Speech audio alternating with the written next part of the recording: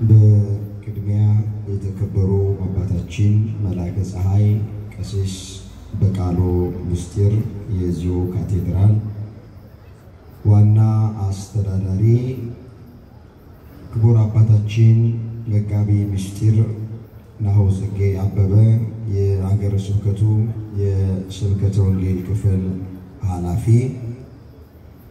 ወንድማችን ላይከ ወንጌል ንጋቱ የሀገረ ስብከቱ ቅድና ልማት ክፍል እንዲሁም የሰንበት ትምህርት ቤት ማደራጃ ክፍል ኃላፊ ይህንን ህዝብ ለማገልገል ከሩቅ የመጣችው ክቡር መምህራችን ሊቀ ሊቃውንት መምህር ቀለመወርቅ ተወዳጁ ዘማሪ ገብረ ዮሐንስ ገብረ ጻዲቅ የሰንበት ትምህርት ቤት ተማሪ ወጣቶች በዚህ ቅድስና ስፍራ ላይ ቃሉን ለመስማት ኪዳነ ምሕረትን ለመማፀን ከሩቅም ከቅርብም የተሰበሰባችሁ አባቶች፣ እናቶች፣ እህቶች፣ ወንድሞች፣ ሕፃናትን ጨምሮ በእግዚአብሔር ሰላምታ እንደምን አመሻችሁ።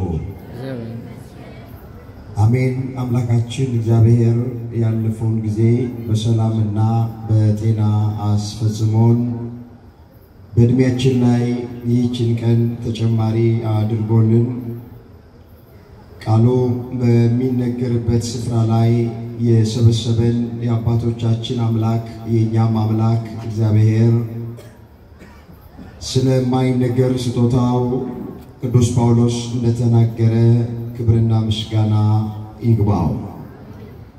የእናታችን የእመቤታችን የቅድስት ድንግል ማርያም አማላጅነት አይለየን።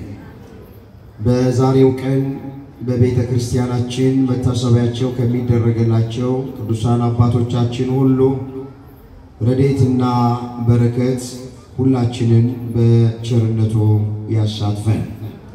የምስጢር ባለቤት ቸሩ አምላካችን እግዚአብሔር የተሰወረውን የወንጌል ምስጢር ለሁላችን ገልጦ የሚረባንንና የሚጠቅመንን ነገር እንዲያስተምረን የሱ ቅዱስ ፍቃዱ ይሆነልን።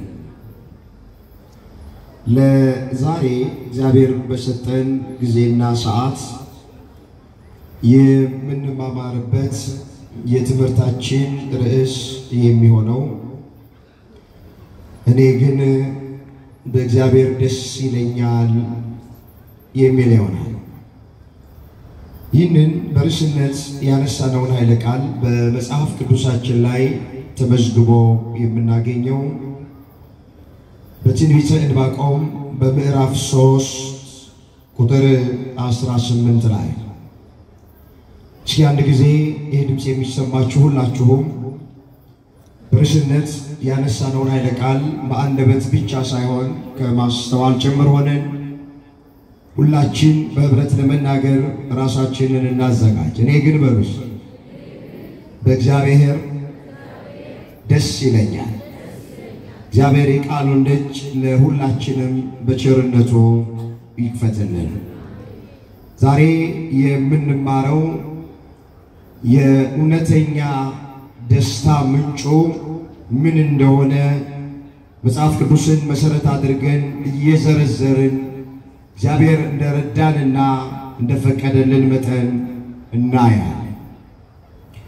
ይህንን በርዕስነት ያነሳነውን ኃይለ ቃል በዚህ ስፍራ ላይ የተናገረው ከ12ቱ ደቂቀ ነቢያት መካከል አንዱ የሆነው ነቢዩ ዕንባቆም የተናገረው ቃል ይህን ርዕስ መነሻ አድርገን መነጋገር ያስፈለገበት ምክንያት ሁላችንም እንደምናውቅ ያለንበት ዘመን ከብዙ ሰዎች ደስታ የራቀበት ዘመን፣ የማያምኑት ብቻ አይደሉም የምናምነውም እኛ በዚህ ዘመን ብዙዎቻችንን ደስታ አርቆናል። ድሮ ብዙ ገንዘብ ብንቆጥር በገንዘባችን ደስተኛ መሆን የምንችል ይመስልን ነበረ። ገንዘቡንም አግኝተነው ነገር ግን ደስተኛ መሆን አልቻልንም። ትዳር ብንይዝ ፍጹም ደስተኛ የምንሆን መስሎን ነበረ። አንዳንዶቻችን ትዳር ውስጥም ገብተን ደስታው የለም። አይኔ ባህር ማዶ በሄድ ያን ጊዜ ደስተኛ መሆን እችላለሁ ብለን ብዙ ሀገራትን ዞረናል። ግን ቅስፈታዊ ደስታን ያገኘነው እውነተኛ ደስታ ማግኘት ግን አልቻለም።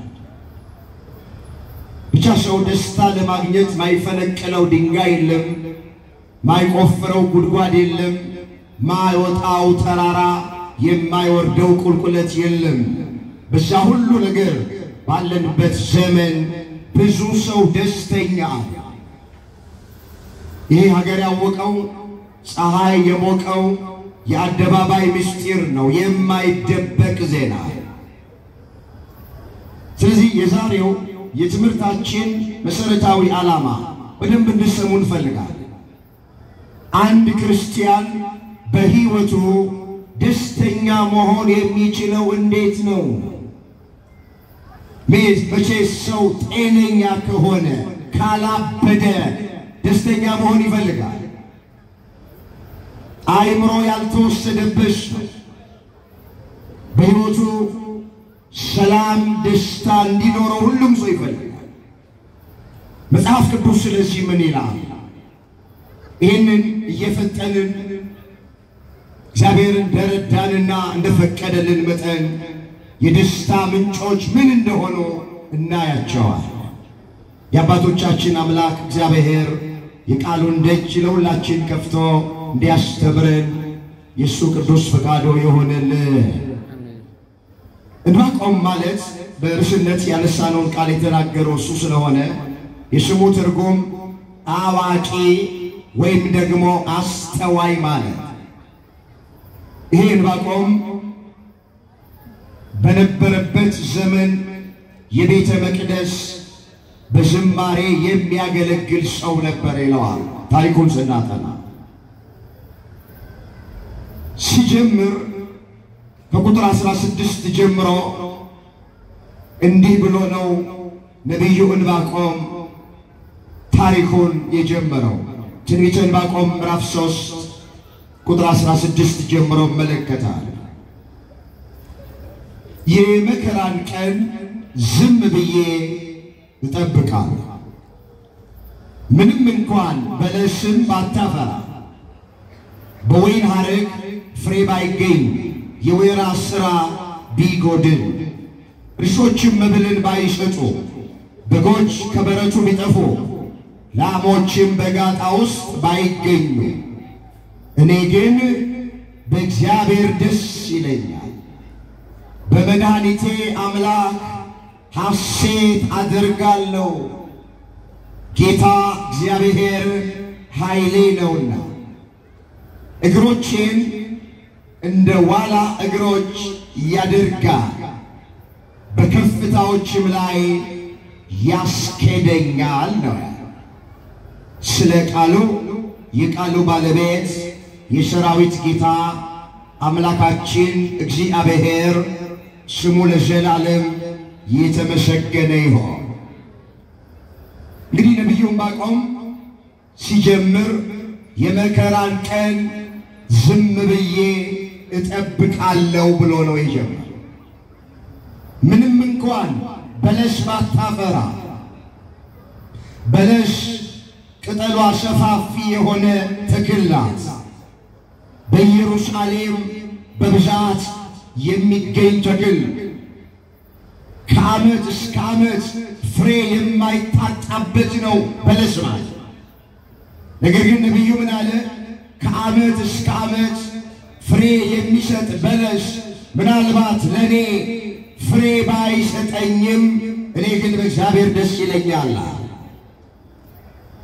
በወይን ሐረግ ፍሬ ባይገኝ የወይራ ሥራ ቢጎድል፣ የወይራ ሥራው ዘይት መስጠት ነው። ይሄ ኦሊቭ ኦይል የምንለውን ማለት ይሄ የወይራ ዛፍ ምናልባት ለኔ ዘይት ባይሰጠኝ፣ እርሾች መብልን ባይሰጡ፣ በጎች ከበረቱ ቢጠፉ፣ ላሞች በጋጣ ውስጥ ባይገኙ እኔ ግን በእግዚአብሔር ደስ ይለኛል።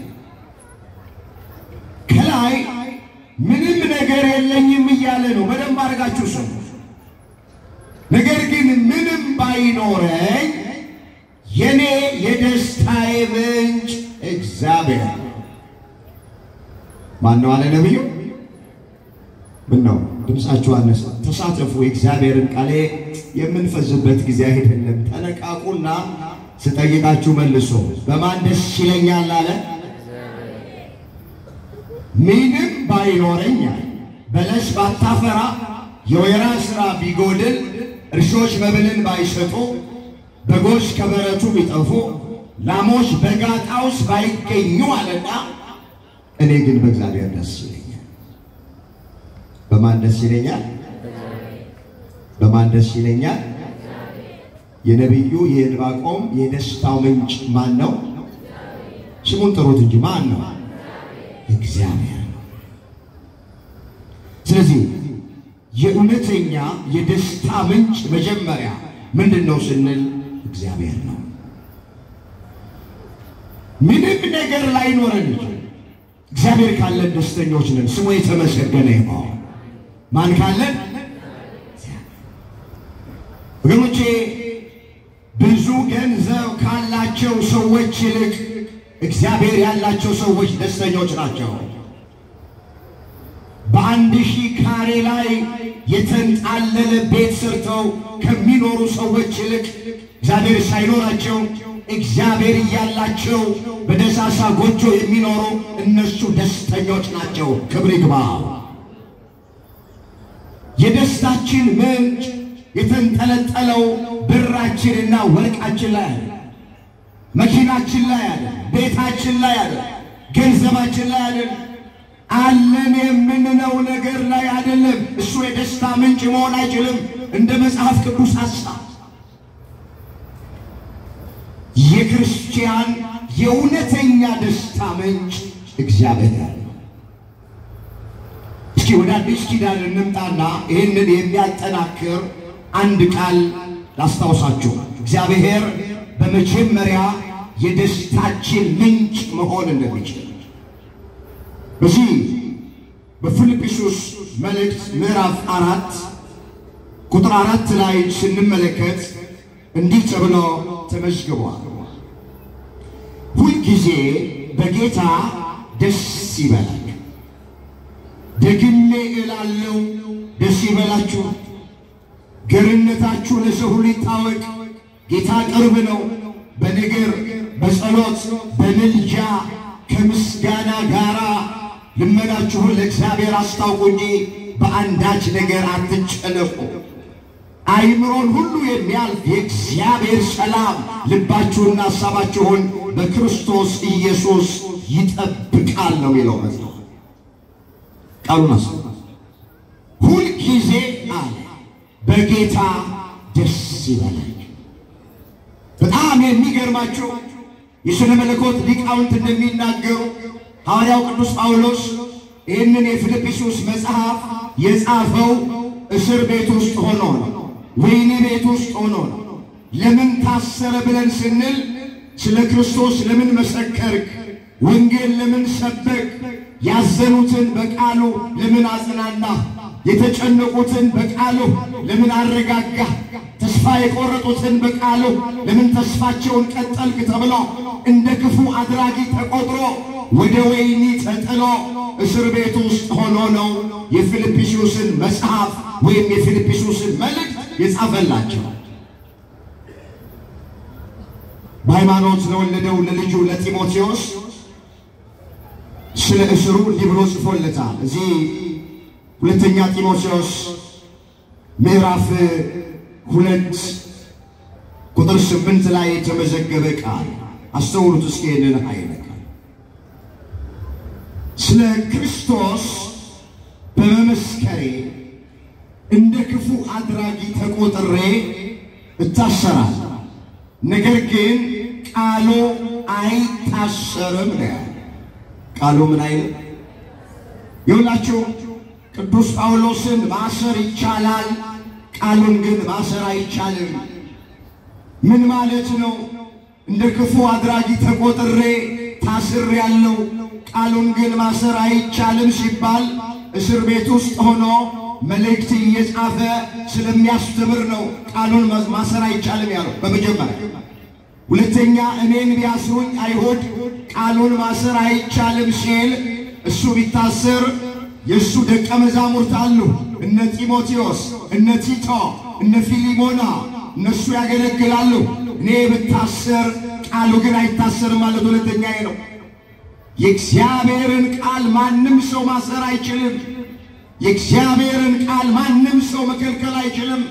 የእግዚአብሔርን ምስጋና ማንም ሰው ማቆም አይችልም። እንደውም ምስጋናው እየተቀጣጠለ ነው የሚሄደው። እኛ በከለከልን በተቃወምን መጠን አሁን ነገ የምናከብረው በዓል ጌታችን ኢየሱስ ክርስቶስ በአህያና በአህያይቱ ውርንጭላ ተቀምጦ ወደ ኢየሩሳሌም ሲገባ ደቀ መዛሙርቱ አመሰገኑ ይላል። እዛ የነበሩት አይሁድ ጸሐፍት ፈሪሳውያን ደቀ መዛሙርቱን ዝም አሰኛቸው። ምን ይጮህብናል አሉ። ምስጋናውን ምን ይጮህብናል አሉ። አንዳንዴ በቤተ መቅደሱ ምስጋና ሲቀርብ ዝማሬ ሲቀርብ እንደ አይሁድ የሚቃወሙ ሰዎች አሉ። ያልታደሉ የእግዚአብሔርን ምስጋና ማቆም ይፈልጉ። ምንድነው ጌታችን ያለው ለአይሁድ? እነሱ ዝም ቢሉ እንኳን ድንጋዮች ያመሰግኑኛል አለ ጌታ። ድንጋዮች በሰው ሰውኛው እናንተ ድንጋይ ብላችሁ የናቃችኋቸው ቀራጮች ያመሰግኑኛል ማለት ነው። በሚስጥር ግን ድንጋዮች ያመሰግኑኛል ሲል ከቢታንያ ተራራ ላይ ቋጥኝ ድንጋይ እየተንከባለለ መጥቶ በነገው ቀን የምናከብረው በዓል ነው። አንደበት አውጥቶ ድንጋይ ሆሳና በአርያ በእግዚአብሔር ስም የሚመጣ የተባረከ ነው፣ ሆሳና ለዳዊት ልጅ መባል ይገባዋል ብለው ድንጋይ እንኳን አመሰገነ። ነገ ድንጋይ ያመሰገነበት ቀን ነው። ቤታችን ተኝተን የምንውልበት ቀን አይደለም። የምስጋና ቀን ነው። እንመለስ። ቅዱስ ጳውሎስን አሰሩት። እሱ እኮ ነው ያመጣው። እኔ ብታሰራ ቃሉ ግን አይታሰርም አለ ጳውሎስ። እስኪ ጳውሎስ ቢታሰር ነው፣ የእግዚአብሔር ቃል ግን አይታሰርም። የእግዚአብሔር ቃል ምን አይልም? አይታሰርም። ቃሉን ማሰር አይቻልም። እንግዲህ እስር ቤት ውስጥ ገባ። ይኸውላችሁ እስረኞች ሁሉ ወንጀለኞች አይደሉም። አሁን ጳውሎስ ምን ወንጀል ተገኝቶበት ነው? አንዳንድ ጊዜ ምንም ነገር ባላዩ ምንም ነገር ባላደረጉ ምንም ወንጀል ባልሰሩ ተላልፈው ለወይኔ የሚሰጡ ሰዎች እንዳሉ ታውቃለህ።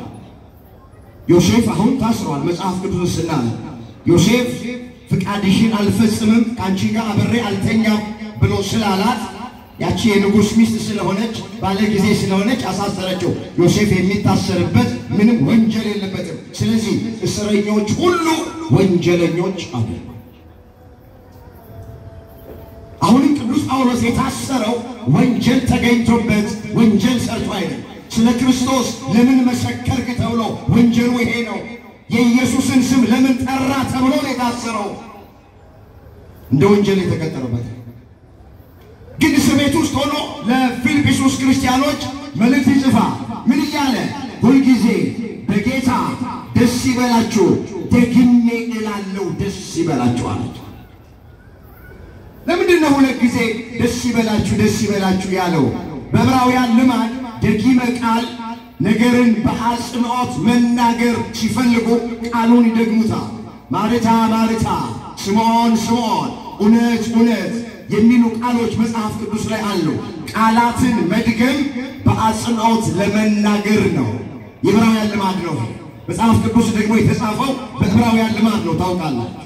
የዕብራውያንን ባህል የማናውቅ ከሆነ አንዳንድ ቦታ ላይ መጽሐፍ ቅዱስን መረዳት አንችልም።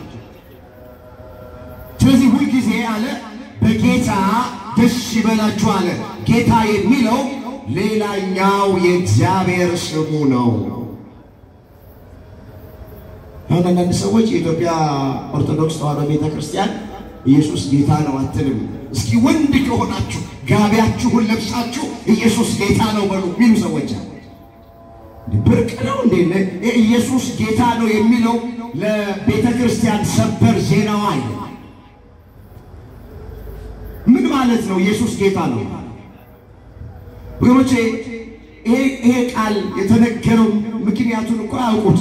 ኢየሱስ ጌታ ነው የተባለበትን ምክንያት አያውቁት። ቄሳር ጌታ ነው በሉ በተባለበት ዘመን ጌታችን ቄሳር ነው ሲሉ ብዙዎቹ ደቀ መዛሙርቱ ሐዋርያቱ አንገታቸው ላይ ሰይፍ ተቀምጦባቸው ቄሳር ጌታ አይደለም ጌታ ኢየሱስ ነው ብለው የተናገሩት እንጂ ለምሽሽቅ አይደለም። ኢየሱስ ጌታ ነው፣ ኢየሱስ ጌታ ነው። በየፌርማታው በጎረቤት በየቢሮአችን ዛሬማ ጊዜ የሰጠው ቅል ድንጋይ ይሰብራል። ኢየሱስ ጌታ ነው መበሻሸቅ አይደለም። ሄዳችሁ ንገሯቸው። በዛ ዘመን የነበሩት ክርስቲያኖች ኢየሱስ ጌታ ነው ያሉት የተሳለ ሰይፍ አንገታቸው ላይ ተቀምጦ ቄሳር ጌታ ነው በል ሲባል አንገቴን ቁረጠው ኢየሱስ ጌታ ነው ብሎ መስክረዋል። እንደ ዛሬዎቹ ገንዘብ ለመሰብሰብ አይደለም። ይታቁታል ኢየሱስ። ብዙዎቹ ኢየሱስን አያውቁትም። ኢየሱስን የሚያውቁት ገንዘብ ለመሰብሰብ ነው፣ ዘይት ለመቸርቸር ነው። በእኛ ቤት ኢየሱስ ክርስቶስ ይመለካል፣ ይቀደሳል፣ ይሰገድለታል፣ ይዘመርለታል፣ ይመሰገናል። ስሙ ከስሞች ሁሉ በላይ የሆነ ስም ነው። ስሙ ጉልበት ሁሉ የሚንበረከክለት ስም ነው። ስሙ አጋንንት የሚንቀጠቀጥለት ስም ነው። ስሙ የዳንበት ስም ነው። ስሙ የምንድንበት ስም ነው። ስሙ አሸናፊ ስም ነው። እስኪ ለስሙ ክብር ስጡት። ከፍ አድርጎና ኢየሱስ ለሚለው ስም ክብር ይግባ። ያመነውን እናውቀዋለንና እናፍርበት። እስኪ ያመንኩትን ነው አውቀዋለሁና አላፍርበት። ይኸውላችሁ የኢትዮጵያ ኦርቶዶክስ ተዋሕዶ ቤተክርስቲያን በኢየሱስ አታፍርም፣ አታፍርም። እግረ መንገዳችንን ይሄን ነው።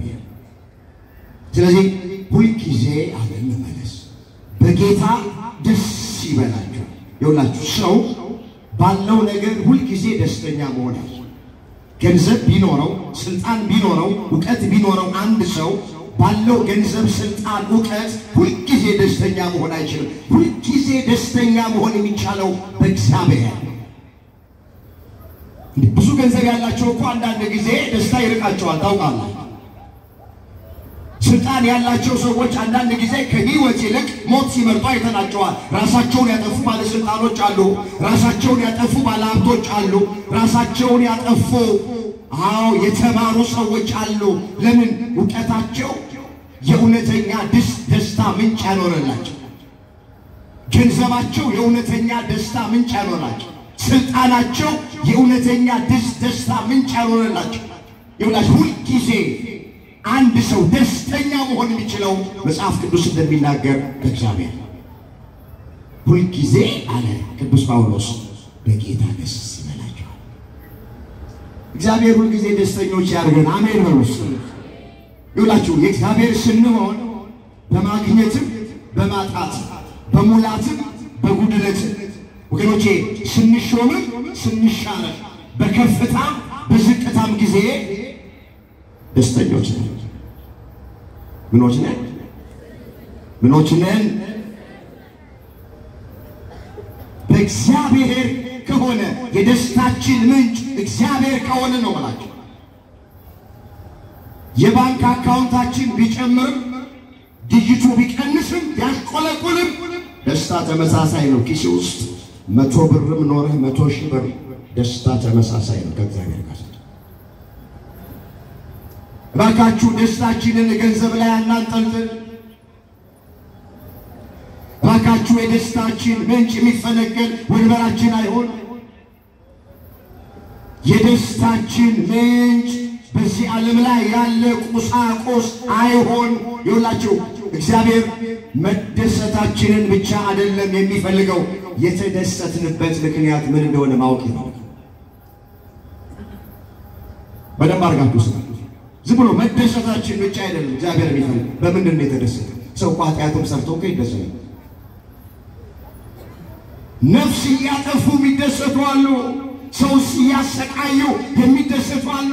ዝሙት እየሰሩ የሚደሰቱ አሉ። ሌሊቱን በሙሉ ጠጥተው እየሰከሩ አቤት የዛሬው ሌሊት ብለው የሚደሰቱ ሰዎች አሉ። እግዚአብሔር መደሰታችንን ብቻ አይደለም የሚፈልገው፣ በምን እንደተደሰትን ማወቅ ይፈልጋል። ክርስቲያን በዝሙት አይደሰትም። ከዚህም እየደረሰ በዝሙት እየተልከሰከሰ ቤተ መቅደስ የተባለ ሰውነቱን እያረከሰ በዚህ ሊደሰት ክርስቲያን አልተፈቀደም። ኃጢአት በመስራት የእግዚአብሔርን ሕግ በመተላለፍ ደስተኛ እንድንሆን አልተፈቀደም። ይሄ ጤነኛ ደስታ አይደለም። ዘለቄታ ያለው ደስታ አይደለም። በሐዘን የሚለወጥ ነው። በኃጢአት የሚገኝ ደስታ መጨረሻው ያለው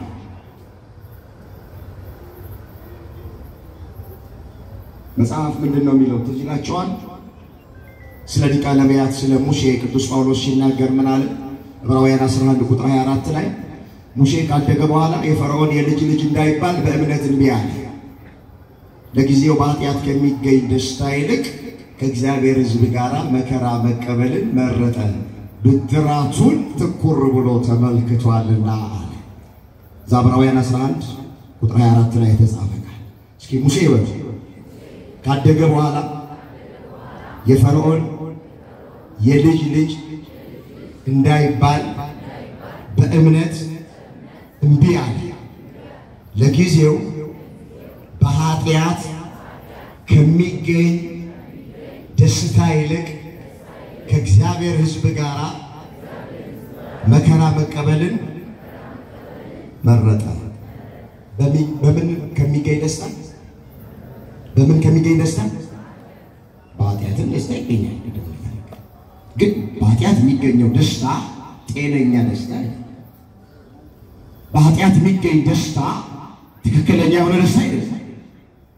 ክርስቲያን በሱ ደስታ እንዲደሰት አልተጠራም፣ አልተፈቀደም። የኛ የደስታችን ምንጭ መሆን ያለበት እግዚአብሔር ነው። ማን ነው? ማን ነው? እግዚአብሔር ነው። የመጀመሪያ የደስታችን ምንጭ እግዚአብሔር ነው።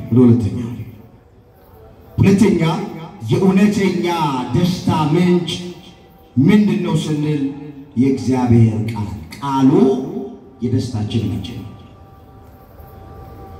በግልጽ የተጻፈ አንድ ቃል አለ። በዚህ በትንቢተ ኤርምያስ ምዕራፍ 15 ቁጥር 16 ላይ ቃል ተገኝቷል ብሎ ይጀምራል። ቃል ምን ብሏል? እኔም በልቼዋለሁ። እኔም ምን ብዬዋለሁ? እኔም በልቼዋለሁ። አቤቱ የሰራዊት ጌታ እግዚአብሔር ሆይ የበላሁት ቃል የልብ ሰላምና ደስታ ሆነኝ ተብሎ ተጽፏል። ቃሉ ነው። ቃል ተገኝቷል፣ እኔም በልቼዋለሁ አለ። ወገኖቼ እግዚአብሔር ቃል የሚበላ እንጀራ ነው። የምንቆርጠው ጮማ ነው። የምንጋተው ወተት ነው። ቃል ተገኝቷል፣ እኔም በልቼዋለሁ። ይኸው የበላው ነው። ሰምቼዋለሁ ማለት ነው። በልቼዋለሁ ማለት ሰምቼዋለሁ ማለት ነው። አድምጬዋለሁ ማለት ነው። የበላሁት ቃል የሰማሁት ቃል የልብ ሰላምና ደስታ ሆነኝ። የእውነተኛ ደስታ ምንጭ የእግዚአብሔር ቃል። አሁን ያላችሁን ደስታ አስተውሉ።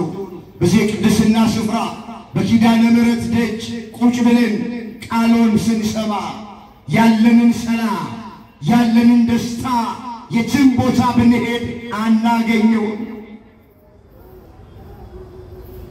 አይደለም በዚህ ስፍራ ላይ ቃሉ ተሰብኮ መምህራን ቆመው አባቶች ቆመው አስተምረውን ይቀርና ገና ወደ አጸዱ ስንገባ ገና ወደ ቅጽሩ ስንገባ የሆነ ሸክም ከትከሻችን ላይ ይወርዳል። ሰላማችን ይመለሳል። ግን ደስተኞች እንሆናለን። እግዚአብሔር ይህን ደስታ ከሁላችንም አይውሰድብን። ሁለተኛው የደስታ ምንጭ የእግዚአብሔር ቃል ነው። ለዚህ እኮ ነው ዳዊት ሲዘምር ብሎ የዘመረው ቃልህ አለ ለጉሮሮዬ ጣፋጭ ነው ከማርና ከወለላ ይልቅ ጣፈጠኝ አለ። እዛ መዝሙር 118 ቁጥር 103 ላይ የተመዘገበ እግዚአብሔር ቃል። እስኪ ቃልህ ለጉሮሮዬ ጣፋጭ ነው፣ ከማርና ከወለላ ይልቅ ጣፈጠኝ። ምን አለ? የማን ቃል? ቃል ለጉሮሮዬ ጣፋጭ ነው። መቼ ብቸኝነት ዙሪያችንን ከቦን ስንሰማው ቃሉ ለጉሮራችን ጣፋጭ ይሆናል።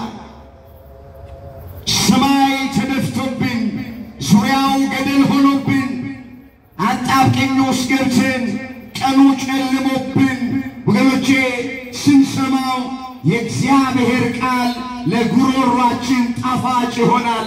ከማርና ከወለላ ይልቅ ይጣፍጠናል። በዚህ ምድር ላይ ጣፋጭ ነገር ምንድነው ስንል ማር ነው። የእግዚአብሔር ቃል ከማርም በላይ ነው። ስለዚህ ደስታችን ምንጭ ቃሉን በማድመጥ ቃሉን በመስማት ብቻ ደስተኛ መሆን እንችላለን። ምንም ነገር ላይኖረን ይችላል ወገኖች።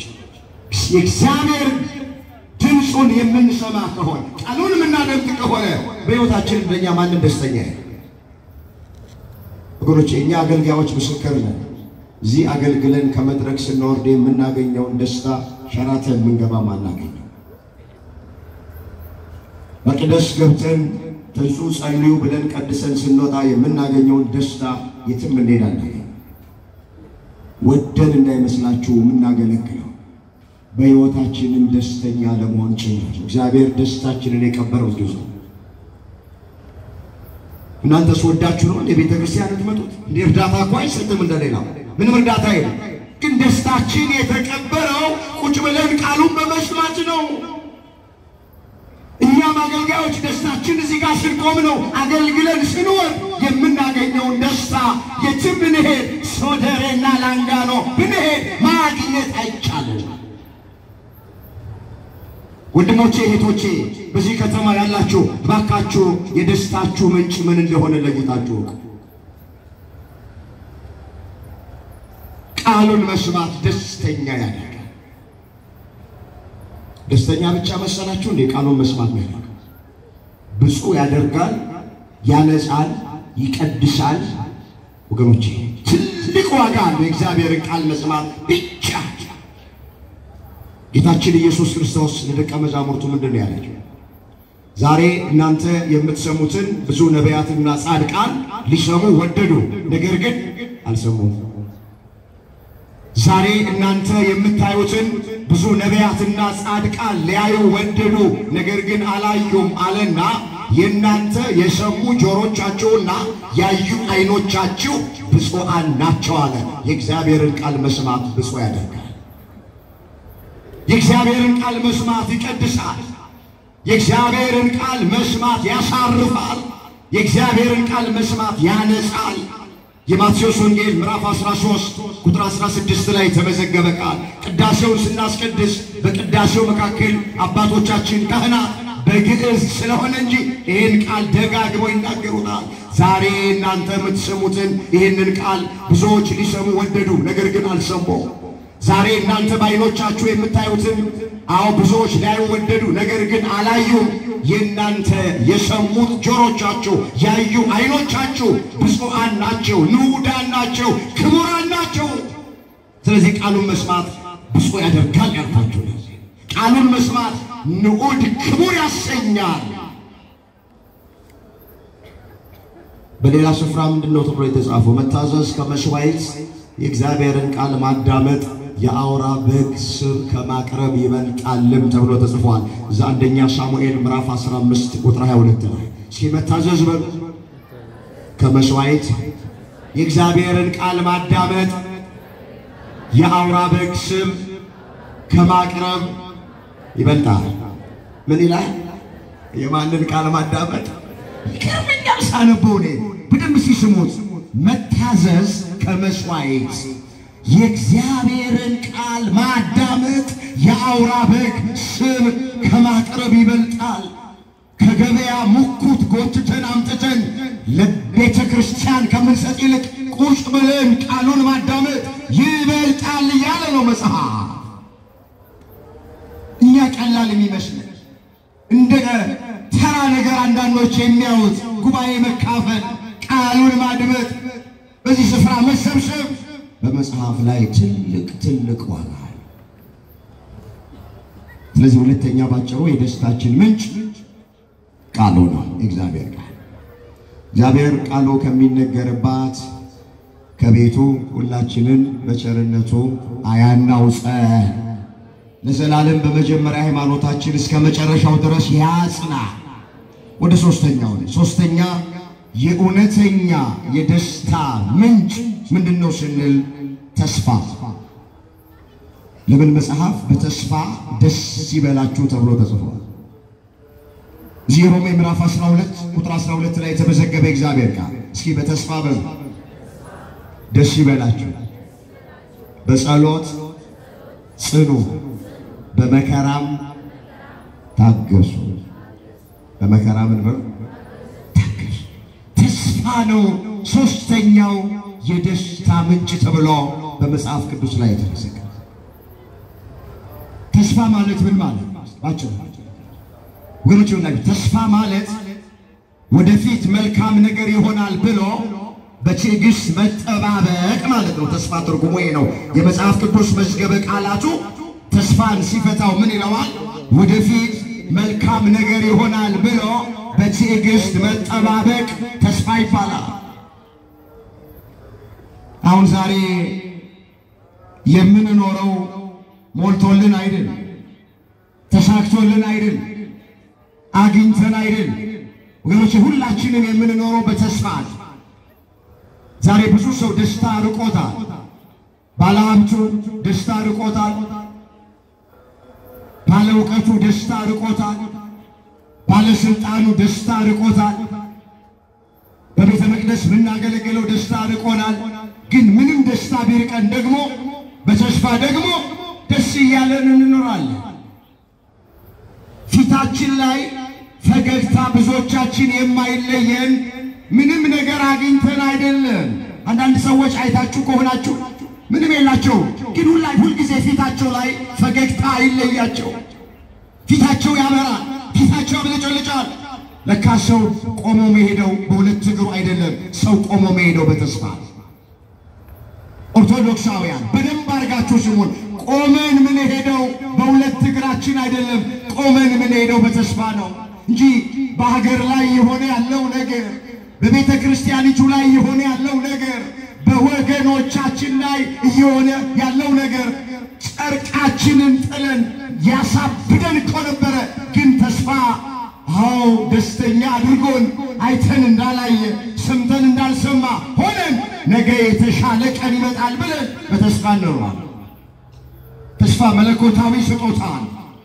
ሰው ሳይንስ እንደሚናገር ያለ ምግብ 2 እና 3 ሳምንት መቆየት ይችላል። ታውቃለህ? ሰው ውሃ ሳይጠጣ ለቀናት መቆየት ይችላል። ሰው አየር እንኳን ሳይተነፈስ ወገኖቼ ለሰከንዶች ይቆያል። ያለ ምግብ ይኖራል፣ ያለ ውሃ ይኖራል፣ ያለ አየር ለሰከንዶች ይቆያል። ያለ ተስፋ ግን መኖር አይቻልም። ሰው በሕይወቱ ተስፋ ሲቆርጥ የሚያደርገውን ነገር አያውቅም። ወደው መሰላችሁ እንደ አንዳንድ ወንድሞቻችንና እህቶቻችን ባህር ማዶ ሄዱት፣ አረብ ሀገር ሄዱት፣ ራሳቸውን ከፎቅ እየወረወሩ የሚያጠፉት ተስፋ ሲቆርጡ እኮ ነው። ደስታ ሲርቃቸው እኮ ነው። አንዳንዶቹ መርዝ እየጠጡ ራሳቸውን የሚያጠፉት በሕይወታቸው ተስፋ ሲቆርጡ እኮ ነው። ተስፋ የቆረጠ ባል ሚስቱን ይፈታል። ተስፋ የቆረጠች ሚስት ባሏን ትፈታለች። ወጣቶች በሕይወታቸው ተስፋ ሲቆርጡ ራሳቸውን ባረቄና በጠጅ ብርሌ ውስጥ ይደብቃሉ። በጠቅላላ ሰው ተስፋ ሲቆርጥ የሚያደርገውን አያውቅም። በተስፋ ደስ ይበላችሁ ተብለናል። ሶስተኛው የደስታችን ምንጭ ተስፋ ነው። ተስፋ ደግሞ ነገ የተሻለ ቀን ነው። ጤና ያጣው ሰው ነገ ጤና አገኛለሁ ብሎ በተስፋ ይኖራል። እንጀራ ያጣው ሰው ነገ እንጀራ አገኛለሁ ብሎ በተስፋ ይኖራል። የፍርድ ቤት ጉዳይ ያለበት ፍትህ ያጣው ሰው ነገ እግዚአብሔር ፍትህ ይሰጠኛል ብሎ በተስፋ ይኖራል።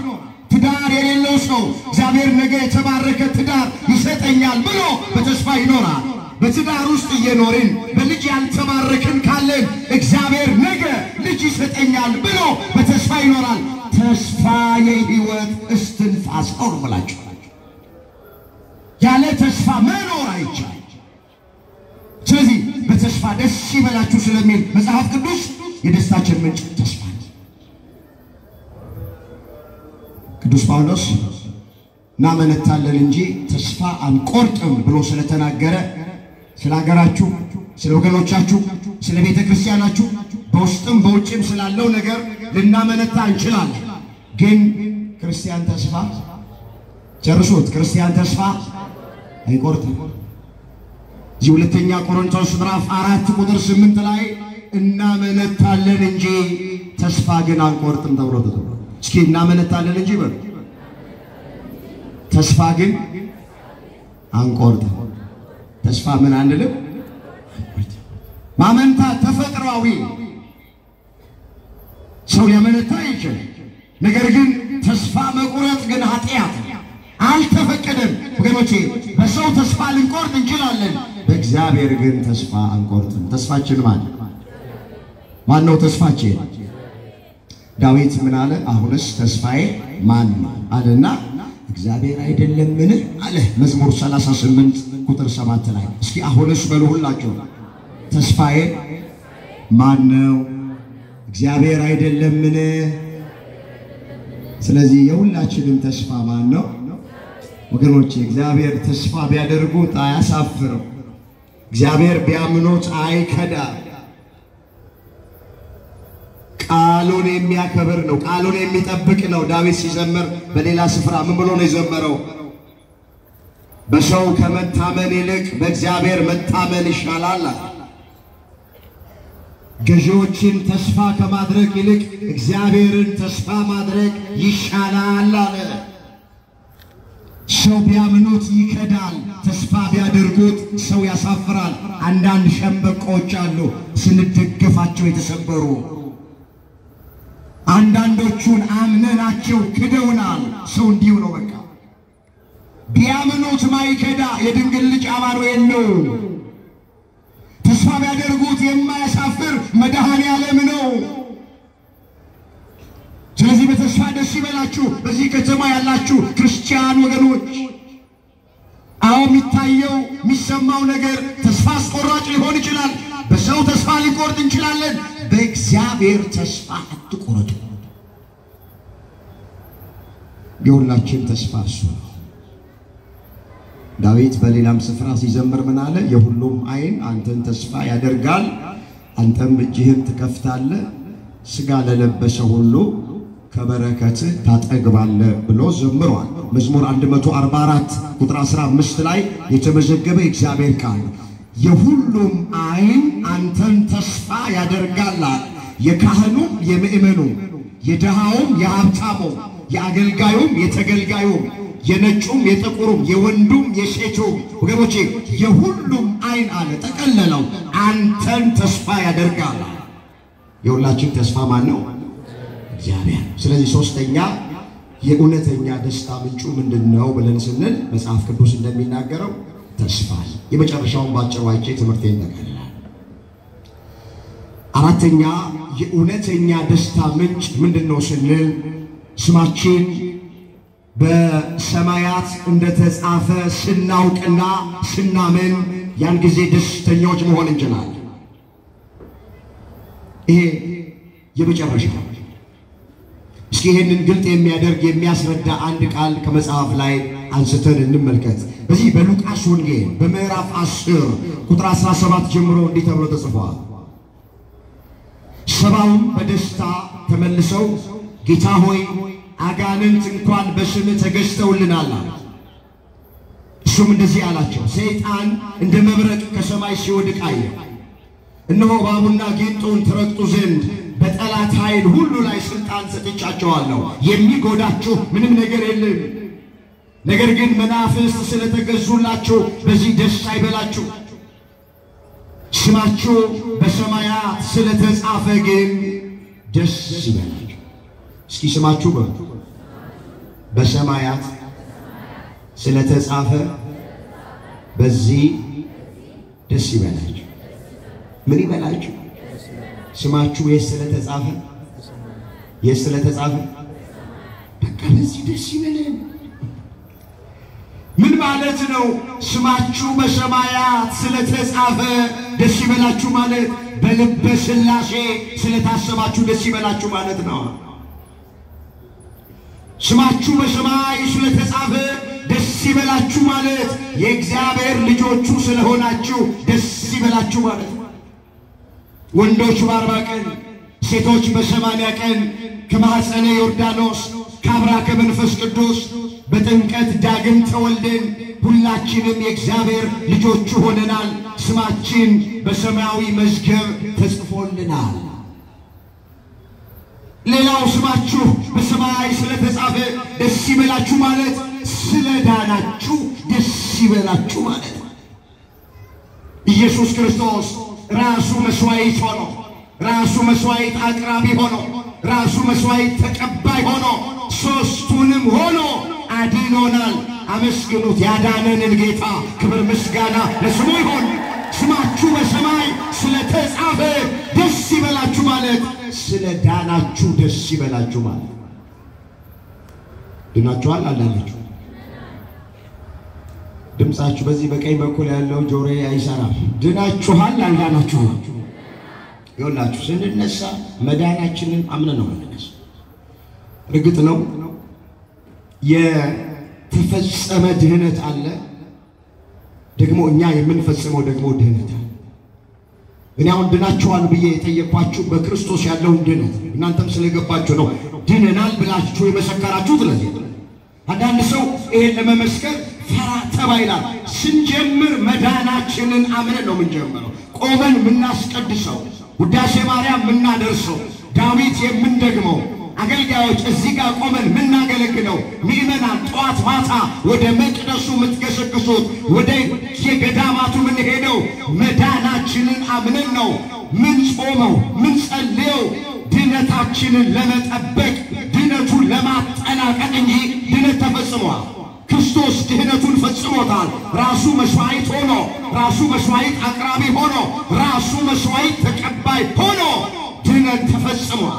እኛ እንጾማለን፣ እንጸልያለን፣ ደግሞ እንጠመቃለን፣ ንስሐ እንገባለን፣ ቅዱስ ሥጋውን ክቡር ደሙን እንቀበላለን፣ በቅድስና እንኖራለን። ይሄ ድህነታችን እንዳይጠፋ ለመጠበቅ ነው። በፍርሃትና በመንቀጥቀጥ ሆናችሁ የራሳችሁን ድነት ፈጽሙ ሲል እዛ ፊልጵስዩስ ምዕራፍ 2 ቁጥር 13 ላይ አዎ እኛ የምንፈጽመው ድነት አለ። በምን? በእምነት በጥምቀት ቅዱስ ሥጋውን ክቡር ደሙን በመቀበል ሕጉን በመጠበቅ እኛ የምንፈጽመው ድነት። ክርስቶስ ግን ድህነቱን ፈጽሞታል። ከኛ የሚጠበቁትን ነገሮች እና ስለዚህ ስንነሳ መዳናችንን አምነን ነው። ስማችሁ በሰማይ ስለተጻፈ በዚህ ደስ ይበላችሁ ማለት በመዳናችሁ ደስ በክርስቶስ በመዳናችሁ ደስ ይበላችሁ። ስማችሁ በልበ ሥላሴ ስለታሰበ ደስ ይበላችሁ ማለት የእግዚአብሔር ልጆቹ ስለሆናችሁ ደስ ይበላችሁ ማለት የማን ልጆች ናችሁ? እግዚአብሔር ልጅ ነኝ። አይ ግራ ታውጪ ግራ ፓርላማ ነው እንጂ ካይኝ ነው እንጂ የማን ልጆች ናቸው? አውዱ አንዳንድ ሰው እኔን ቀላል አደረከኝ እንዴ ከበርቴ ልጅ ነኝ የመሳፍንት ልጅ ነኝ አባቴ ከንቲባ ነው አባቴ እንዲህ ነው ያለ የሚመጻደቅ የሚታበይ የሚኩራራ መመካት አያስፈልግም እንጂ መመካት ካስፈለገ በባህሪው ሞት በመንግስቱ ሽረት የሌለበት ዓለምን በመዳፉ የጨበጠ የነገስታት ንጉስ የአማልክት አምላክ የጌቶች ጌታ የኃያላን ኃያል የሆነ ሁላችን እግዚአብሔር ልጆች ነን። አመስግኖት ልጆቹ ያደረገንን አምላክ ከፍ አድርጋችሁ አመስግኑ። የማናችሁ የማናችሁ ማንን ብላችሁ ነው የመጣችሁት? የእግዚአብሔርን እሱም ብለን ነው። ስለዚህ በህይወት ብንኖርም ብንሞትም እኛ የማንን አትጨነቁ። ማናችንም ለራሳችን አንኖርም ማናችንም ለራሳችን አንሞትም በህይወት ሆነን ብንኖር ለክርስቶስ እንኖራለን ብንሞትም ለክርስቶስ እንሞታለን ተብሎ ሮሜ 14 ቁጥር 7 ላይ ተመዝግቧል በቃ እኛ ስማችን በሰማይ ተጽፏል በዚህ ደስ ይበላችሁ ተብሏል በዚህ ምድር ምንም ላይኖረን ይችላል ምንም ነገር ላይኖረን ይችላል ግን ከዚህ በላይ ምን ያስደስት ነገር አለ ስማችን በሰማይ እንደተጻፈ እርግጠኛ ከመሆን በላይ ያንዳንድ ሰው እኮ ስሙ በዚህ በምድር ባለው መዝገብ ላይ እንኳን ሲመዘገብ ደስ ይላል አሁን ቀበሌ ምናምን ወረዳ ላይ የሆነ ክፍለ ከተማ ምናምን ስም የለም ይባል የሆነ ጉዳይ ለማስፈጸም ስምሽ የለም በምድር ማለት ነው የሆነ አገልግሎት ለማግኘት ስንፈልግ ስማችን መጻፍ አለበት በባህር መዝገብ ላይ ካልተጻፈ ምንም አይነት አገልግሎት ማግኘት አንችልም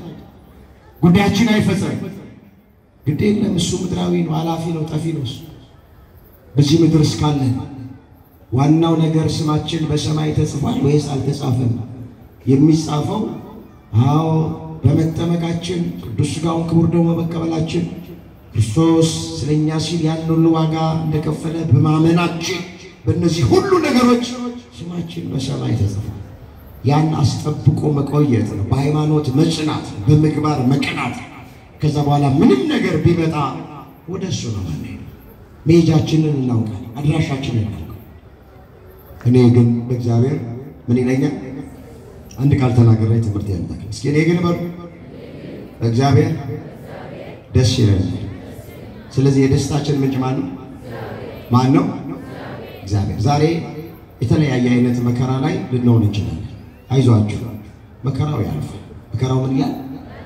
ያልፋል ደስታ የሚመጣው ከመከራ በኋላ ደስታ የሚመጣው ከምን በኋላ ነው መከራ ይቀድማል ከዛ ምን ይከተላል ደስታ ከጨለማና ከብርሃን ቀድሞ የተፈጠረው ማለት ነው ከዙም መጽሐፍ ውስጥ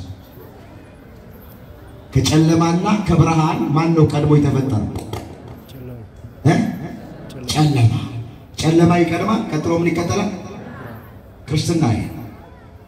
ክርስትና ጨለማ መጣ ቀጥሎ ብርሃን ጨለማው አለፈ ብርሃን ክረምት ይመጣል ቀጥሎ ማነው ክረምት ይመጣል ከዛ በኋላ በጋይ ማጣት ይመጣል ከዛ ማግኘት ነው ውርደት ይመጣል መጀመሪያ ከዛ ክብር ይመጣል ለቅሶ መጀመሪያ ይመጣል ከዛ ደስታ ሐዘን መጀመሪያ ከዛ ደስታ ማጣት መጀመሪያ ማግኘት ከዛ ደስታ ከመከራ በኋላ የሚመጣ ነው አንድ ቃል ያልኩትን እሱን ተናግሬ ትምህርቴን ልጠቅልለው ዳዊት የተናገረው ቃል ቁጣው ለጥቂት ጊዜ ነው አለ ሞገሱ ግን ለሕይወት ዘመን ነው ማታ ለቅሶ ይመጣል ጠዋት ግን ደስታ ይሆናል መዝሙር 29 ቁጥር 5 ላይ ተመዘገበ እግዚአብሔር ቁጣው በሉስኪ ድምጻችሁን ከፍ አድርጉና ለጥቂት ጊዜ ነው ሞገሱ ግን ለሕይወት ዘመን ነው ማታ ለቅሶ ይመጣል ጠዋት ግን ደስታ ይሆናል ምን ይሆናል እግዚአብሔር ለሁላችንም ደስታ ያድርግልን እኔ ግን በእግዚአብሔር ደስ ይለኛል ያስተማረን የመከረን የገሰጸን የአባቶቻችን አምላክ እግዚአብሔር ስሙ ለዘላለም የተመሰገነ ይሁን ድንግል ማርያም ጣዕሟን ባንደበታችን ፍቅሯን በልባችን ትሳልብን የሁላችንም መጨረሻ እግዚአብሔር ያሰ